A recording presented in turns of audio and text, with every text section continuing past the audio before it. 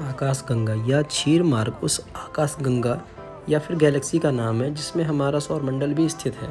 आकाशगंगा आकृति में एक सर्पिल मीन्स स्पाइरल गैलेक्सी है जिसका एक बड़ा केंद्र भी है और उससे निकलती हुई कई वक्र भुजाएं हमारा सौरमंडल इसकी शिकारी हंस भुजा मीन्स ओरायन सिग्रस भुजा पर स्थित है।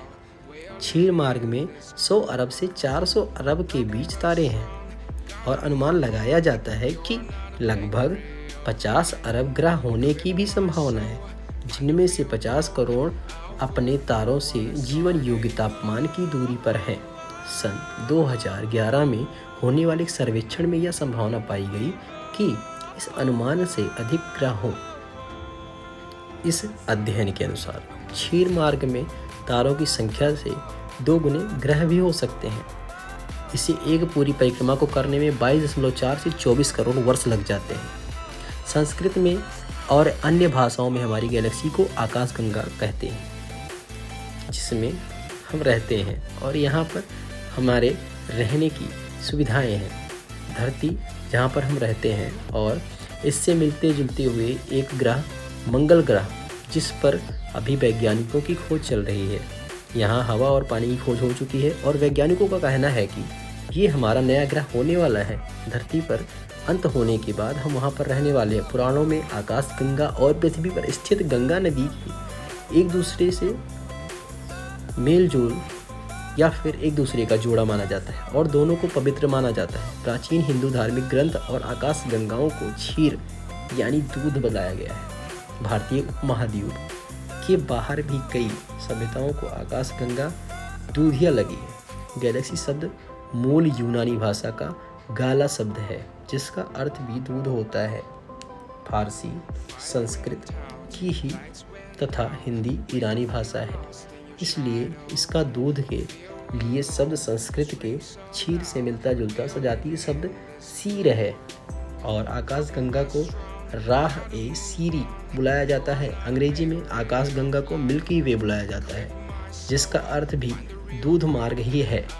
कुछ पूर्वी एशियाई सभ्यताओं ने आकाशगंगा शब्द की तरह आकाशगंगा में एक नदी देखी। आकाशगंगा को चीन में चांदी की नदी और कोरियाई भाषा में मिरीनाय यानी चांदी की नदी कहा जाता है।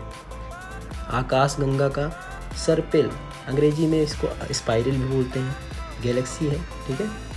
इसके चपटे चक्र का व्यास मीन्स डायमीटर लगभग 1 लाख प्रकाश वर्ष है, लेकिन इसकी मोटाई केवल 1000 प्रकाश वर्ष है। आकाशगंगा कितनी बड़ी है, इसका अनुमान इस बात से लगाया जा सकता है कि अगर हमारे पूरे सौरमंडल के चक्र के क्षेत्रफल को 1 रुपये के सिक्के जितना समझा जाए तो इसकी तुलना में आकाशगंगा का क्षेत्रफल भारत का 1.5 गुना होगा। अंदाज़ा लगाया जाता है कि आकाशगंगा में कम से कम 1 खरब यानी कि 100 अरब तारे हैं, लेकिन संभव है कि यह संख्या 4 से 5 अरब यानी कि 400 से 500 अरब मीन्स 5 खरब हो सकती है। तुलना के लिए हमारी पड़ोसी गैलेक्सी एंड्रोमेडा में 10 खरब तारे हो सकते हैं। एंड्रोमेडा का आकार भी सर्पिल है। आकाशगंगा के चक्र की कोई भी सीमा नहीं है, जिसके बाद तारे एकदम ना हो, बल्कि सीमा के पास तारों का घनत्व धीरे धीरे कम होता जा रहा है। देखा गया है कि केंद्र से 40,000 प्रकाश वर्ष की दूरी के बाद तारों का घनत्व तेज़ी से कम होने लगा है। वैज्ञानिक इसका कारण अभी ठीक से नहीं समझ पाए हैं। मुख्य भुजाओं के बाहर एक अन्य गैलेक्सी से अरबों साल के काल में छीने गए तारों का छल्ला है, जिस एक सिंगा छल्ला कहते हैं। आकाशगंगा के इर्द गिर्द एक गैलेक्सिया सहरा भी है, जिनमें तारों को प्लाज्मा गैस कम घनत्व में मौजूद है, लेकिन इस सहरे का आकार आकाशगंगा की 2 मजलनिक नाम की उपग्रह गैलेक्सियों के कारण सीमित है। क्योंकि मानव आकाशगंगा के चक्र के भीतर स्थित है, इसलिए हमें इसकी सही आकृति का अचूक अनुमान नहीं लगा पाए हैं।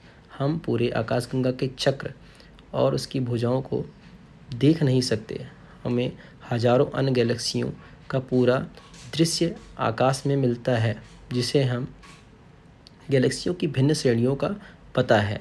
आकाशगंगा का अध्ययन करने के बाद हम केवल अनुमान लगा सकते हैं कि सर्पिल श्रेणी की गैलेक्सी, लेकिन यह पता लगाना बहुत कठिन है कि आकाशगंगा की कितनी मुख्य और क्षुद्र भुजाएं हैं।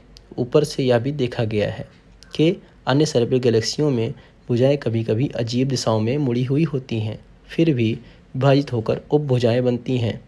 इन पेचीदगियों की वजह से वैज्ञानिकों में भुजाओं के आकार को लेकर मतभेद है। 2007 तक माना जाता था कि आकाशगंगा के 4 मुख्य भुजाएं हैं और कम से कम 2 भुजाएं छोटी हैं, जिनमें से एक शिकारी हंस भुजा है जिस पर हमारा सौरमंडल स्थित है। तो मिलते हैं दोस्तों ऐसी ही अच्छी खासी जानकारियों के साथ। मिलते हैं नेक्स्ट वीडियो में। वीडियो को शेयर कीजिए, चैनल को सब्सक्राइब कीजिए।